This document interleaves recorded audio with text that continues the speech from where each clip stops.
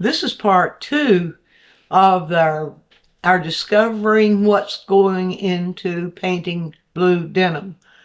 Not only just blue denim, but blue denim being worn by a person. And in part one, we got the request to paint a girl in blue jeans, and with her interest was in the texture. I decided to do a two-parter to carry you through the entire process of how you go about studying anything, especially fabric.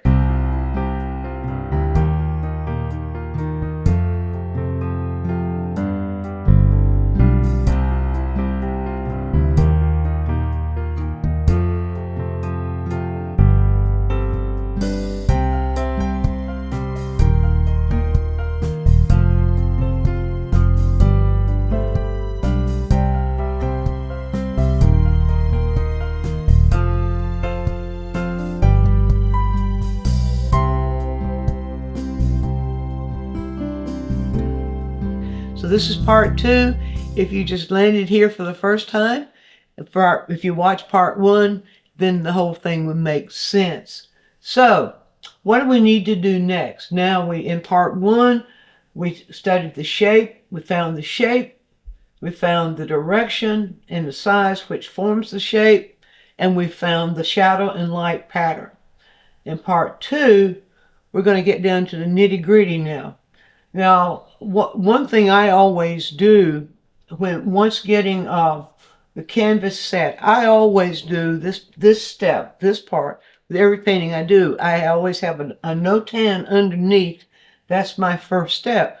Sometimes I form that, if I'm working large, I form that with a wash of paint. Now I'm working in oil, but this can be done in acrylic. It can be done in any medium, but how you set the no-tan might be different. Let me explain this. If you're working in watercolor, putting that no-tan in watercolor on damp paper works much better, and keeping it just a thin wash, not more than about a light or middle to light value, so that it doesn't interfere with your watercolor. And when you put it on, when you apply it wet on damp, the lines will blend out, so you don't see any hard edges through the transparency of watercolor paint. If you're working in pastel, you can use any kind of medium. It depends on what kind of paper you're using. So just use whatever you would use that the pastel can go on top of. You might even try using gouache for the no-tan if you're working in pastel. And in acrylic, you would do the same thing I'm doing here, except in acrylic, you might run into problems if you use a Tombow pen because it's water soluble. So using a felt tip pen that is not water soluble might work better for you. Okay, let's get down to the nitty gritty now. In part one, this is what we did. In part two, what are we dealing with now? We're dealing with color and texture, and we're still dealing with value. Now, of course, we're going to be working in the size and direction. We already have that pretty much plotted here. What I always do, especially if it's a subject that's new to me, I come up with a couple of studies that enable me then to know what I'm doing, so I won't be working in the dark. So the first thing I want to come up with before I start anything else is what colors I'm going to need. Now, I always refer to the color wheel for that. And we'll just put the color wheel right here to show you how I do that. So blue doesn't tell us a whole lot because blue is a hue. A lot of people will make their decisions based on the tube colors.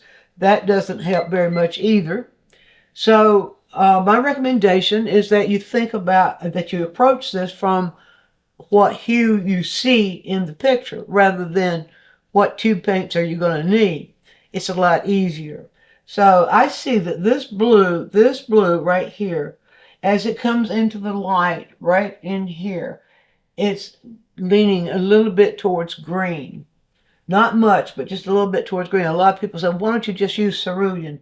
Well, you could, as long as you mix that in with the darker blue. But I like to do it another way, and I'll show you that now. Now here is ultramarine blue. Now I'll pull out some ultramarine blue right here. Enough, I think, enough to work with that lighter color right in there. And I'm going to tint that. I'm going to tint that ultramarine blue slightly towards this blue, leaning slightly towards green. Now, I could use yellow for that, but yellow has a tendency to make it a little bit dull. So I like using Rembrandt Viridian because it's dark and transparent. So I'm just going to pull a little, it's a very weak tinting strength. I'll pull a little bit of that into this ultramarine blue right here. And into this whole pile. I'm going to mix it really, really good. And then I'm going to test it, which is always a good idea. Then I'm going to test it to be sure I'm in the right ballpark as far as the color is concerned. So to test it, what I'll do is just pull some white down. I'll just put it right here since I'm going to be working right here anyway. Is I'll pull, wipe off that palette knife. I'll pull a little bit of that mixture into white, and then I'll check it like this. I'll pull it about the value I see right there, and I'll check it. Hold it to that value. You can use sometimes I'll use test strips for this, and sometimes just the back of the palette knife. And I'll say, have I got that color? I'm pretty close. I think I have got that color. I think I did pretty good on that. All right, then what I'll do here, I'll mix myself a middle value right here, because I like working with a value line. So this tip may be a little bit longer than usual, but got some good meaty stuff for you here. So stick with me. So I'll just mix this middle value right here. Now usually I make the value line that goes away between the darkest dark, the middle value, and lightest light. But I'm just going to, for the sake of time, just set the middle value.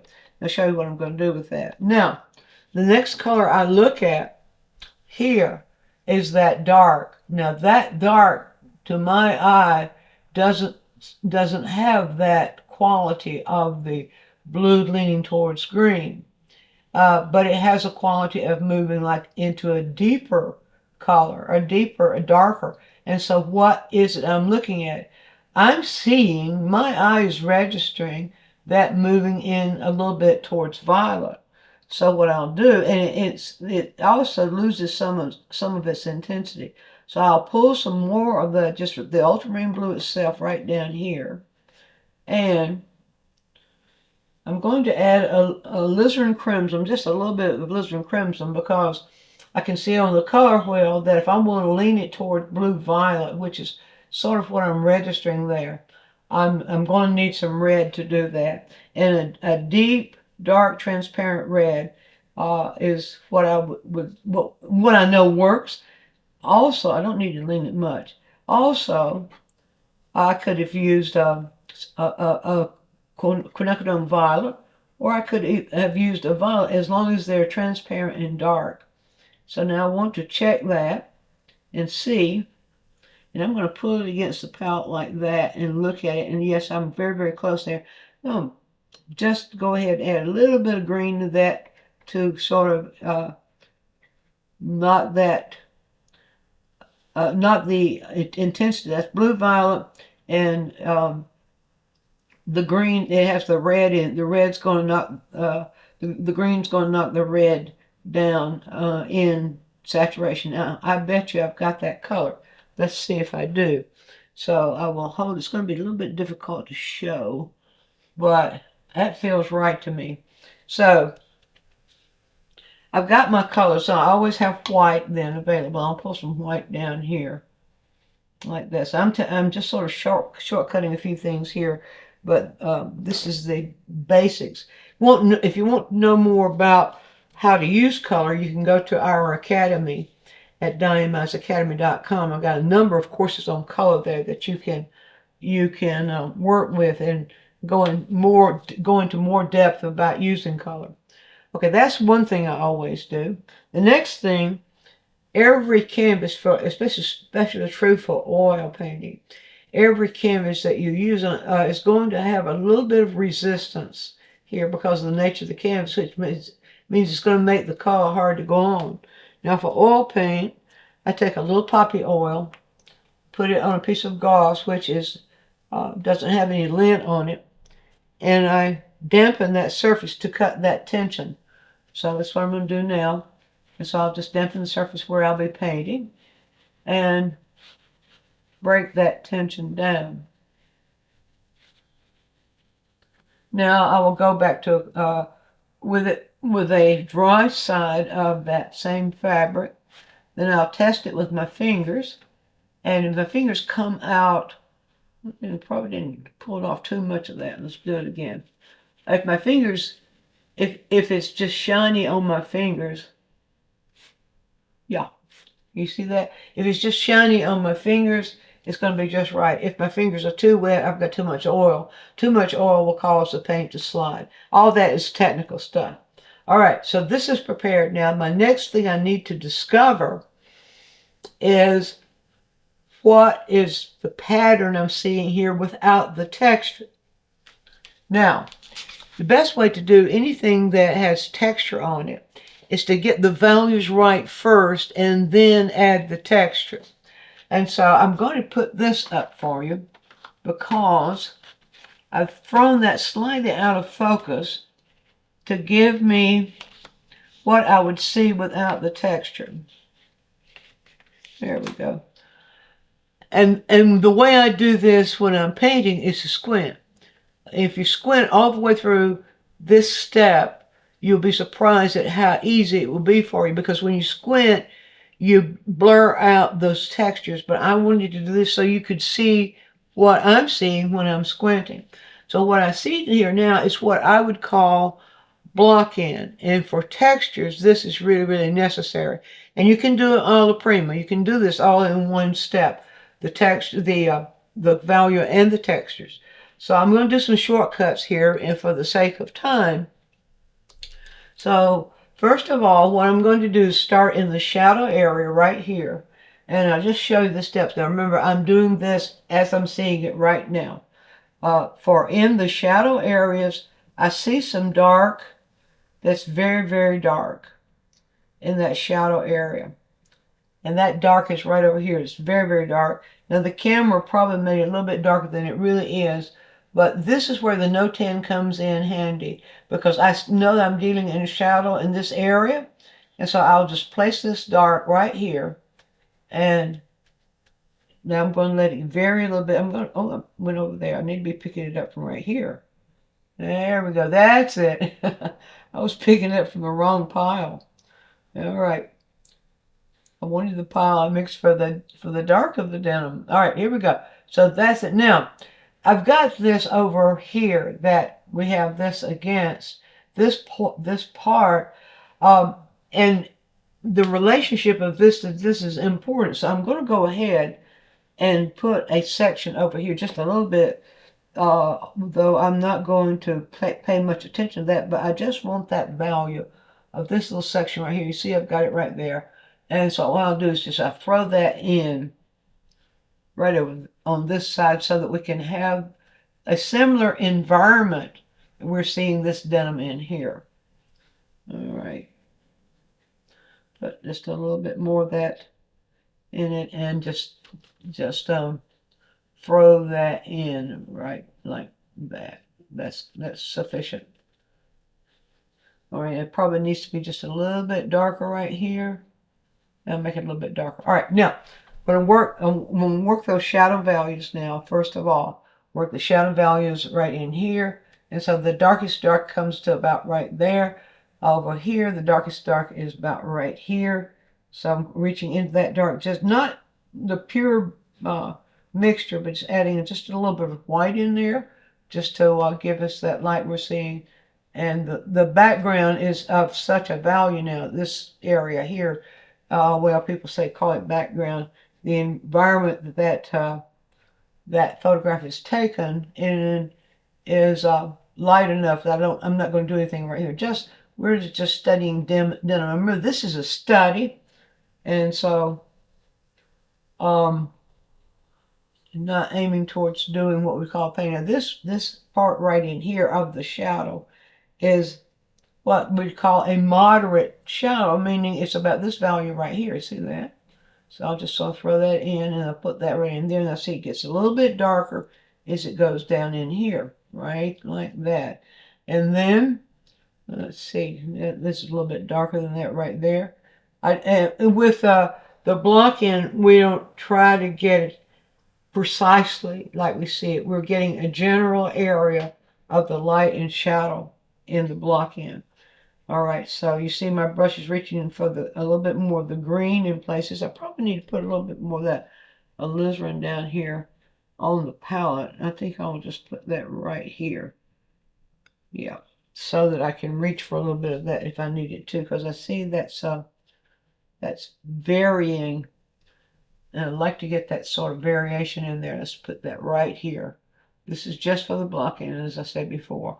All right, then as it comes on down here, we see that darker. We just turn the brush and shape that like that. And we see that middle value right in here doing something like this. And it blends right in, blends right in.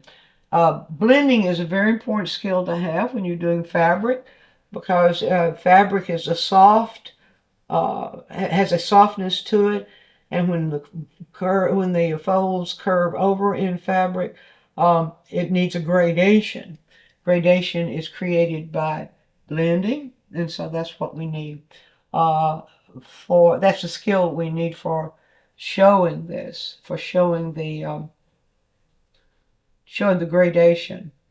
All right, now let's see. Or this gets very dark. I'm going back up in here and pull that down because this becomes a part of that, and then that moves over in there, and we'll continue to go back to the colors that I mixed into here so I can get those variations I see. It comes on down like that, moves in like that, comes on down this way, and then it gets lighter. If you describe to yourself what is happening, well, it's getting lighter, getting darker, that kind of thing, that helps. But if you're just focused on it being a denim jacket or a denim anything, it's not going to give you any information, and so it does no good to think about the image. It does no good whatsoever to think about the image that you're painting. You get your attention. We can always choose our thoughts. And so you choose the thought of, in this case, what value, what color, and you forget it's a denim jacket. You're only trying to study what color right now, the color and the values that you're seeing. That's all we're studying right now, the color and the values that we're seeing. So now that is very, very general. Let's get that kind of blended right there. And say I need a little bit more of that lighter part right here. Get that blended. That is pretty much the block in of the shadow. And now we're going to block in just where the light's hitting. If you take that approach, it pretty much will paint itself if you're looking for that just in terms of the value of the color that you see, and then the hue of the color. What is the hue doing? Not thinking in terms of not thinking in terms of tube colors, but thinking in terms of the hues on the color wheel. All right, now let's address this, and we're going to be doing some blending here. So I'm going here now to pick up the color, because I always consider the middle value the transition area between the light and the shadow. So I'll work from the middle value into the shadow colors on this side, and from middle value into light colors on this side. So I'm not going to be going back into here and dipping now. Just going to be working here. How light do I see that?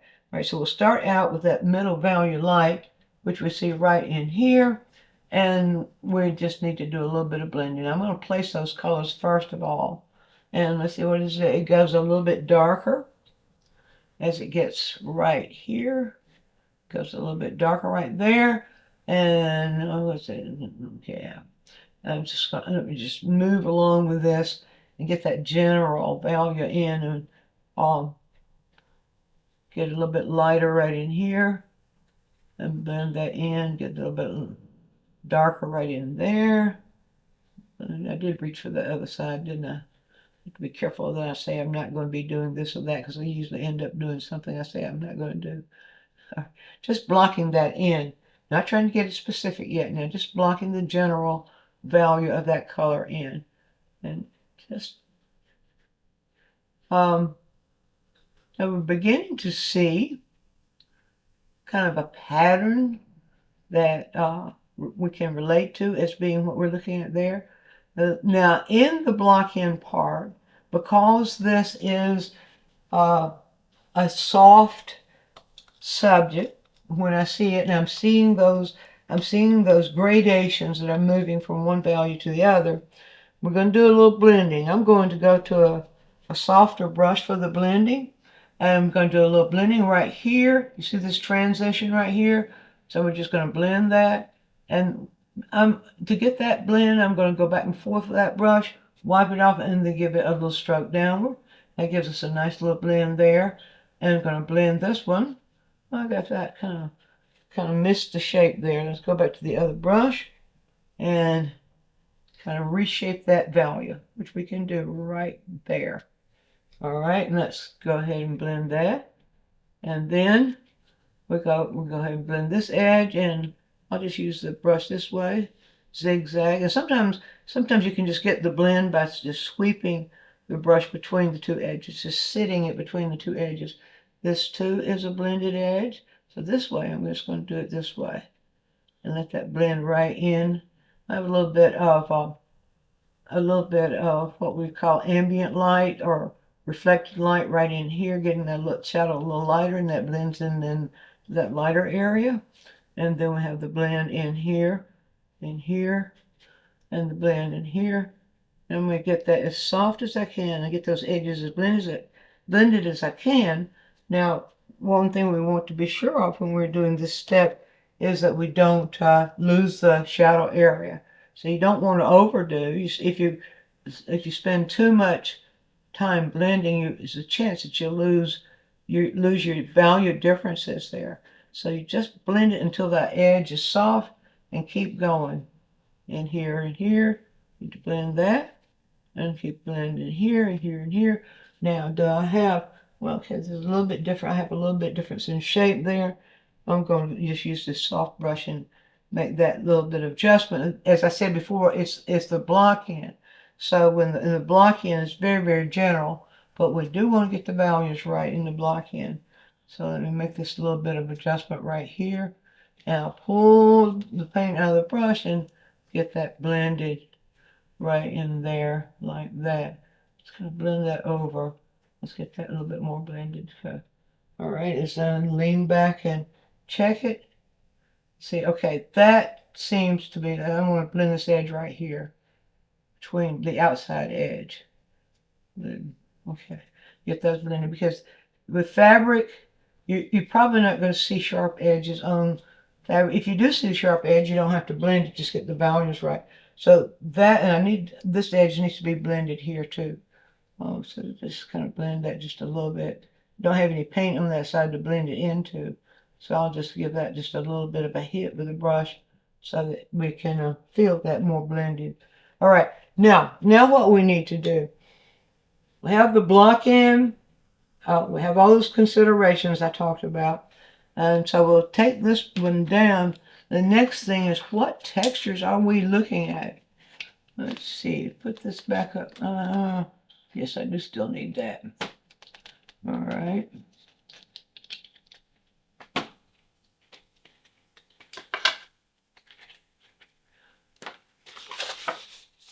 Okay, I'll put this one aside. Now, I did an enlargement here to analyze the textures.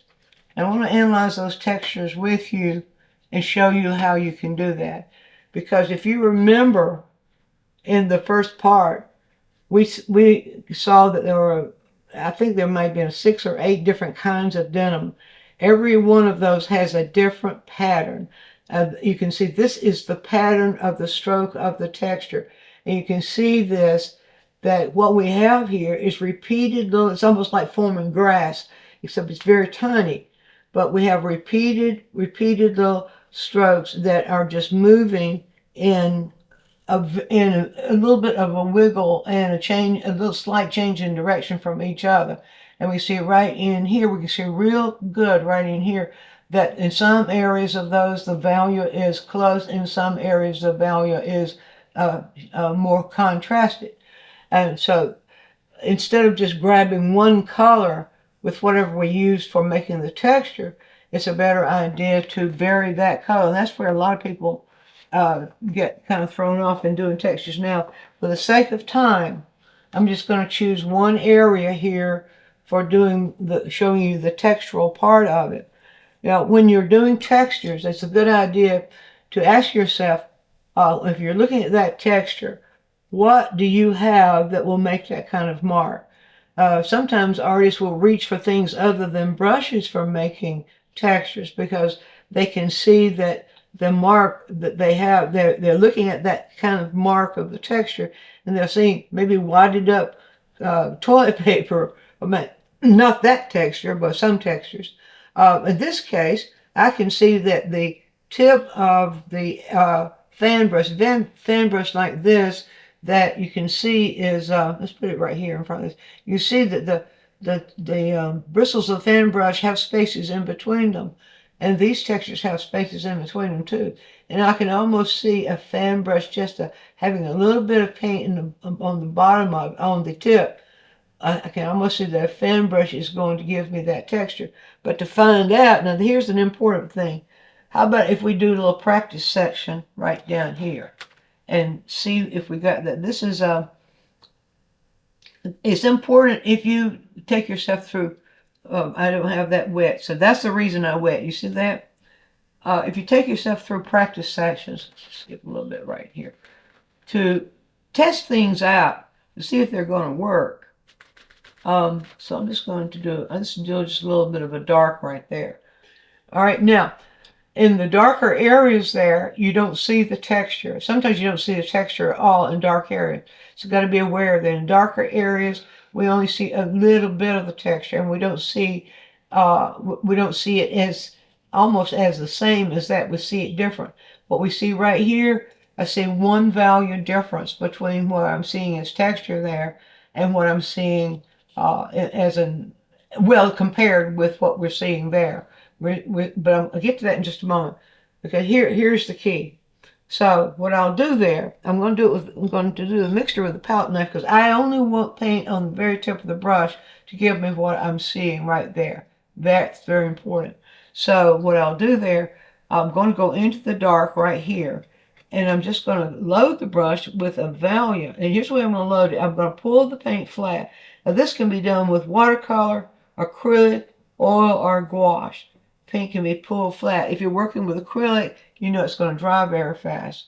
Now I want one value difference. Let me check here. I don't quite have a value difference yet, so I'll just add a little bit more of the white into it. And now let's see, do I have about, good. Can you see that?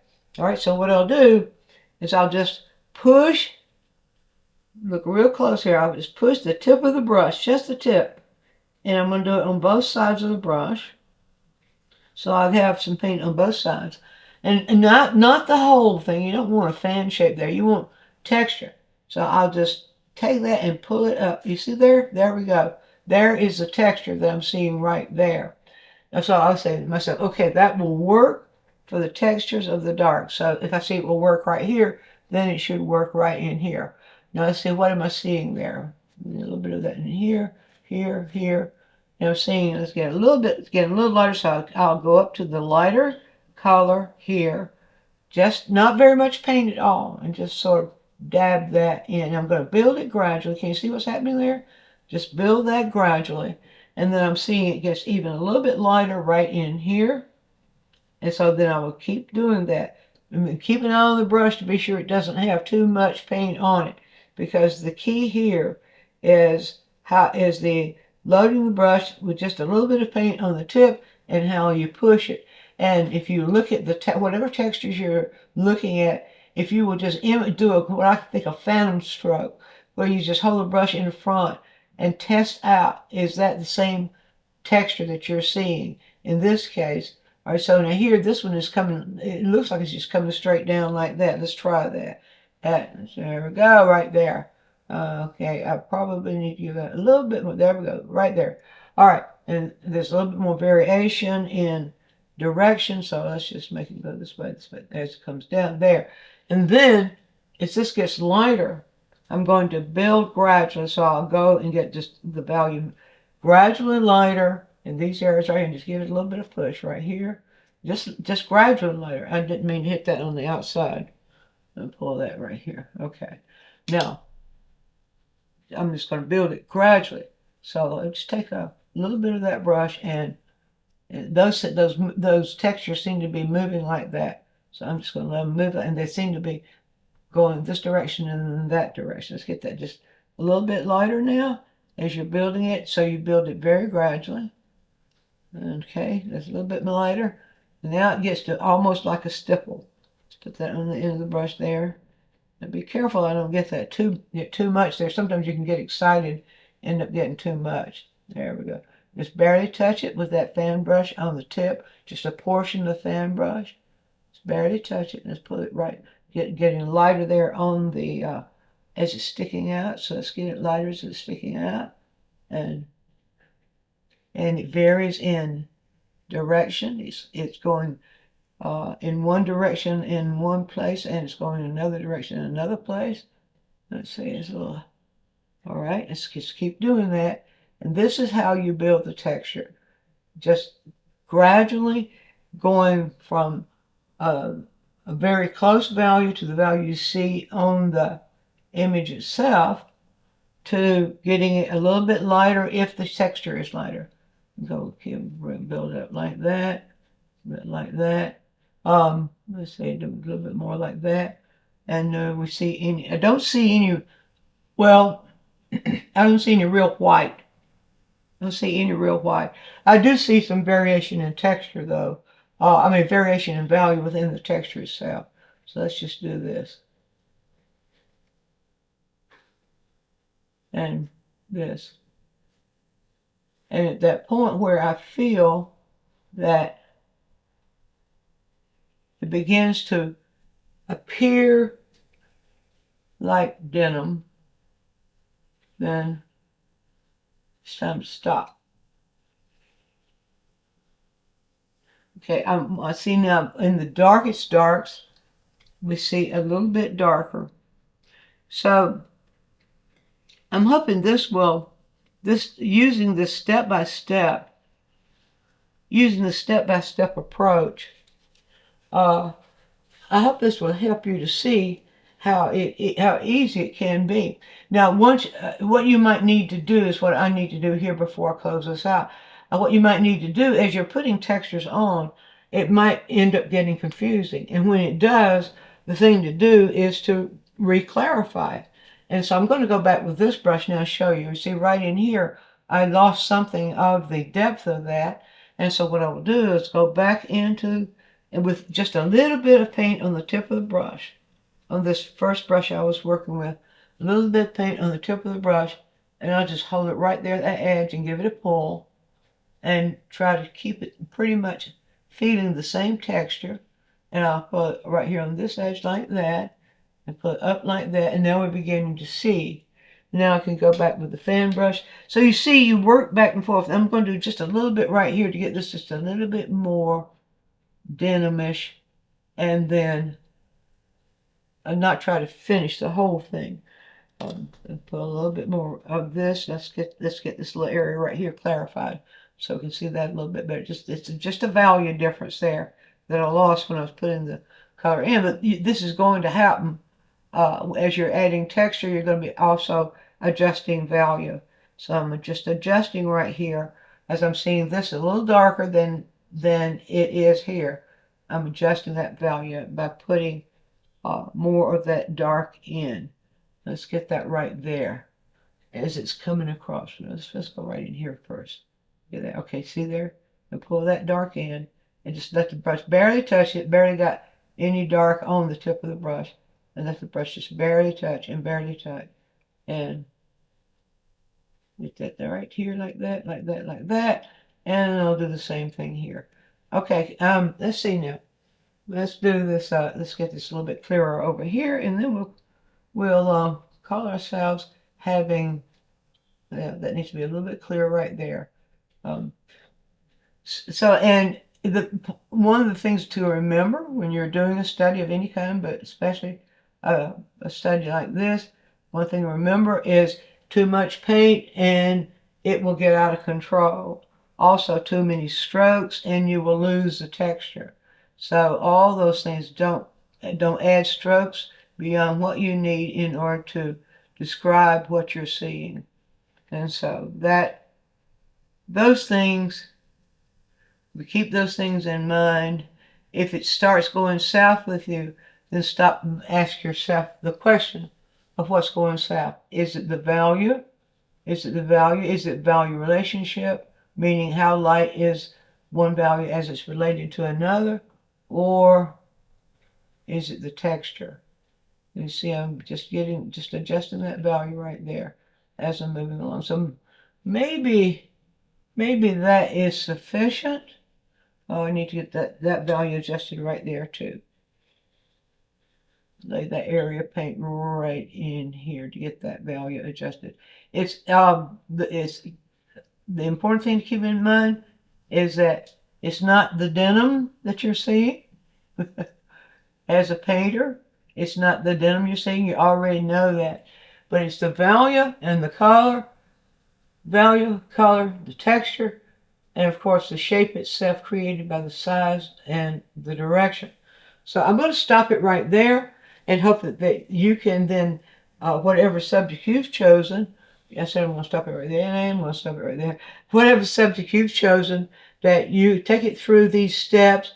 You have a section to practice on down here, and do studies like this first to be sure that you have a plan in mind. You know how you can take it forward and have fun doing it.